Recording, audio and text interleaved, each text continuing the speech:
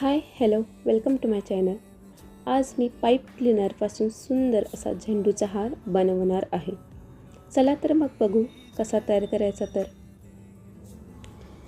इथं मी नारंगी, हिरवा, गुलाबी पाईप क्लीनरचा वापर करणार आहे।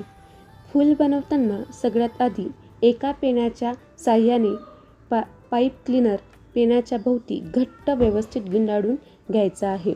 त्यानंतर पाईप क्लीनरचे दोन्ही टोक आपल्याला एकत्र करून पूर्णपणे फिट करून घ्यायचा आहे। त्यानंतर तो अलगद काढून त्याला गोलाकार फुलाच्या आकारासारखे फुलवून त्याचे एक सुंदर फूल तयार करून घ्यायचे आहे। इथं मी सर्व फुलं तयार करून घेत आहे।